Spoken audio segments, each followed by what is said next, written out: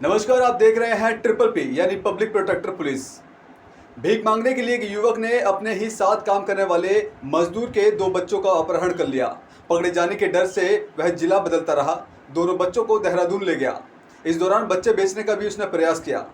8 दिन बाद बच्चों को पुलिस ने बरामद कर आरोपी को गिरफ्तार करने के बाद राहत की सांस ली। ये केस पूरी तरह से ब्लाइंड था। पुलिस को सिर्फ इतना पता था कि आरोपित को लंगड़ा कहकर पुकारते हैं। वो 1.5 दिन पहले ही अलीगढ़ से आया था। ऐसे में उसका कोई दोस्त नहीं था। पुलिस ने कई सीसीटीवी कैमरे खंगाले। उसमें आरोपित जाता तो दिख रहा है, मगर चेहरा साफ नहीं दिख रहा था। इतना तय था कि आरोपित रेलवे स्टेशन या बस अड्डे पर ही सोता था। SP city Kuldeep Singh Gunawat, CO Shweta Pandey bus stand पर पता लगाने के लिए निकले तो एक मजदूर अमर हुसैन से पता लगा। अमर हुसैन ने बताया कि आरोपी के साथ वह उसकी बहन के घर बरेली गया है। वहां से एक रेलवे स्टेशन पर उतरा था। स्टेशन के पास मंदिर था, उससे करीब 2 किलोमीटर दूर गांव था। पुलिस उसके साथ उसे लेकर बरेली के आसपास 5-6 स्टेशनों पर घूमती रही और होल्ड स्टेशन व मंदिर को खोज निकाला। इसके बाद पुलिस गांव में पहुंची। वहां रात भर छानबीन के बाद बरेली के थाना आंवला क्षेत्र के गांव माजरा स्थित उसकी बहन के घर पहुंची। वहां से पुलिस को लंगड़ा का नाम तो मिल गया, मगर कोई तस्वीर नहीं मिली। उसके कुछ संपर्क के लोगों के बारे में पता चला। पुलिस उसकी डिटेल खंगाली। पता चला कि लंगड़ा एटा के जलेसर के एक मकान में किराए पर रहता था। वहां पहुंचने पर पुलिस ने उसके नाम से मुकदमा खंगाले। यहां थाने में अभिलेख में एक मुकदमा सामने आया, जहां से पुलिस को लंगड़े की तस्वीर और एक मोबाइल नंबर मिला, लेकिन वो नंबर बंद था। बच्चों का अपहरण 22 सितंबर को किया गया था। ये फिरोजाबाद थाना शहकाबाद क्षेत्र के मोहल्ला पड़ाव निवासी रफीक के है। वह यहाँ रेलवे स्टेशन और बस अड्डे के आसपास फुटपाथ पर रहकर गुजारा करता था। 4 साल से उसका पत्नी से विवाद चल रहा था। इसके चलते 1 महीने पहले वह अपने 7 वर्षीय बेटी और 4 वर्षीय बेटे को लेकर अलीगढ़ आ गया था। यहाँ मजदूरी करता था। दोनों बच्चों को अपने पास ही रखता था।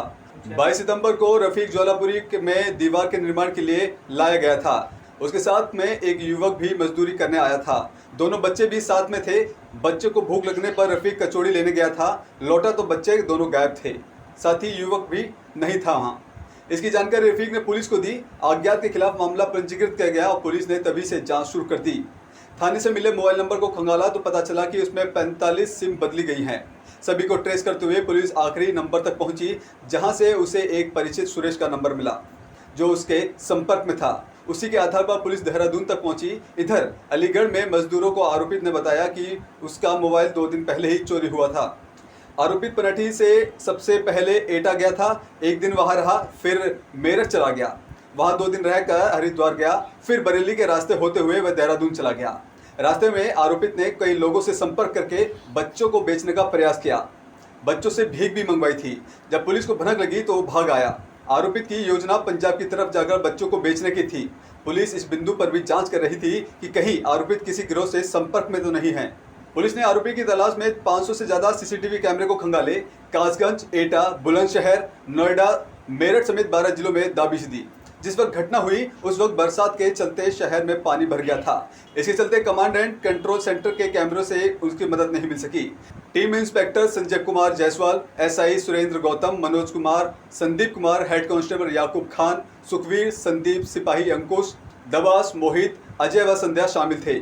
आरोपित के खिलाफ 4 मुकदमे दर्ज हैं। इसमें एटा में आर्म एक्ट का मुकदमा दर्ज हुआ है। इसके बाद मेरठ में लूट का मुकदमा दर्ज हुआ है। यहाँ आरोपी ने अपनी परिचित महिला को बहन बताकर किसी से शादी करवा दी। इसके बाद उस घर से लूटपाट कर भाग आए। साल 2017 में आरोपित के खिलाफ कारसी थाने में दुष्कर्म पॉस्को एक्ट के तहत मुकदमा दर्ज हुआ था। रफीक की शादी झारखंड की महिला से हुई थी। दोनों के बीच पारिवारिक विवाद चल रहा था। इस पर रफीक बच्चों को अपने साथ ले गया। यहाँ गांगरी में उसकी बहन रहती थी। फिलहाल इसी के पास वो बच्चे हैं। पिछले साल 22 जून को थाना महोरा खेड़ा क्षेत्र के सरोजनगर में 2 साल की बच्ची गायब हो गई थी। जून और अप्रैल में गांधी पार्क थाना क्षेत्र की इसी तरह से परिवार के 2 बच्चे चोरी हुए थे। पुलिस ने गिरोह का पर्दाफाश करते हुए 16 लोगों को गिरफ्तार किया है। इनमें 9 महिलाएं भी हैं जो अस्पतालों से जुड़ी हुई हैं। 5 बच्चे भी बरामद किए गए थे। आरोपित गरीब परिवार के बच्चों को चोरी करते थे, जिसके बाद महिला उन्हें अपने पास रखती थी। यही महिला बच्चों को बेचने के लिए डीलिंग करती थी और इस बच्चे बेचने की भूमिका में अपना अहम रोल निभाती थी। इसके बाद किसी परिवार से संपर्क करके 2 से 5 लाख रुपए तक में बच्चों को बेच दिया जाता था।